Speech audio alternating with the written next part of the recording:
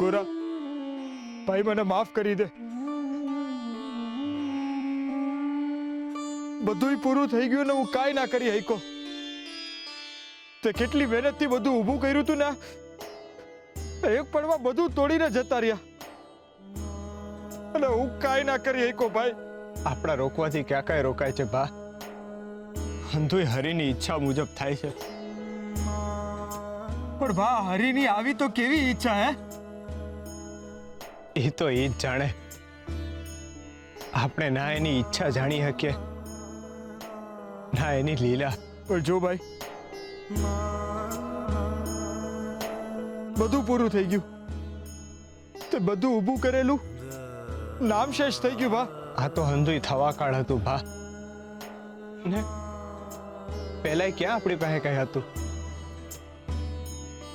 હરિએ દીધું તું ને એને જ પાછું લઈ લીધું.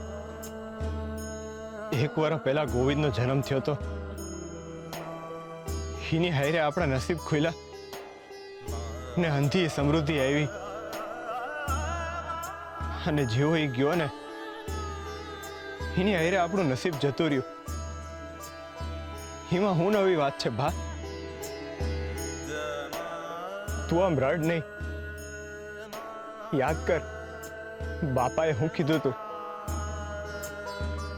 કે મૂંઝવણ આવે ત્યારે બે હાથ જોડીને હું બોલવાનું? હરે કૃષ્ણ હરે કૃષ્ણ. ગોરા કુંભાર,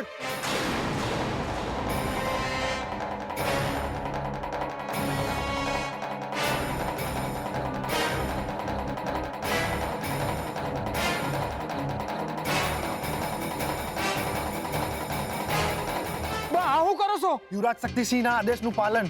કેવો આદેશ? ગોરા કુંભારે એના બાળકનું ખૂન કર્યું છે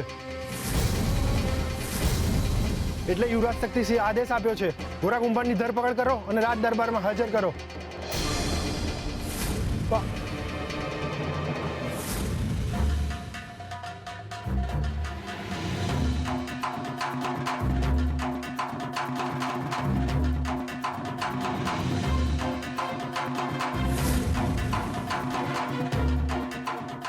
ગોરા ગોરા ગોરા ગોરા ગોરા ગોરા ના ગોરા ગોરા.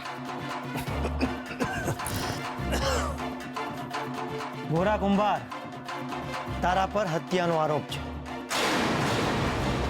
તે તારા 1 વર્ષના બાળકને નિષ્ઠુરતાપૂર્વક કઠણ કાળજે ખૂંદી નાખ્યો. ઉપરાંત તારી સગી ભાભીના પેટમાં જે બાળક મરી ગયું એનો જવાબદાર પણ તું જ હતો. મહારાજ મહારાજ મહારાજ આ કેવો આરોપ છે? મહારાજ હું સુરા ગોરાનો ભાઈ.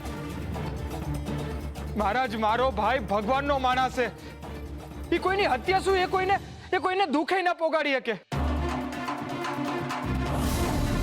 મારી બાયડીએ એના ઉપર ખોટો આરોપ નાખ્યો છે મહારાજ. એનો ગર્ભપાત થયો એ માત્ર એક અકસ્માત હતો મહારાજ.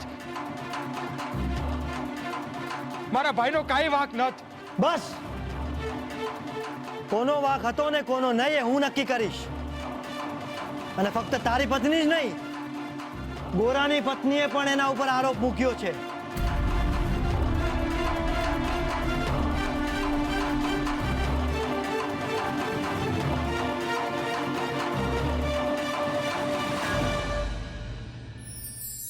વારસો. મા બાપ પોતાના બાળકને આ સંસારમાં તો લાવે જ છે, પરંતુ પોતે આ સંસારમાંથી વિદાય લેતા પહેલા બાળકોને પોતાનો અમૂલ્ય વારસો આપતા જાય છે. મોટે ભાગે મનુષ્ય વારસાનો અર્થ કાઢે છે સંપત્તિ, ધન, વૈભવ, જેથી એમના સંતાનો પોતાનું જીવન સુખરૂપ જીવી શકે. પરંતુ સંપત્તિ ક્યારેય સુખનો માર્ગ નથી બની શકતી.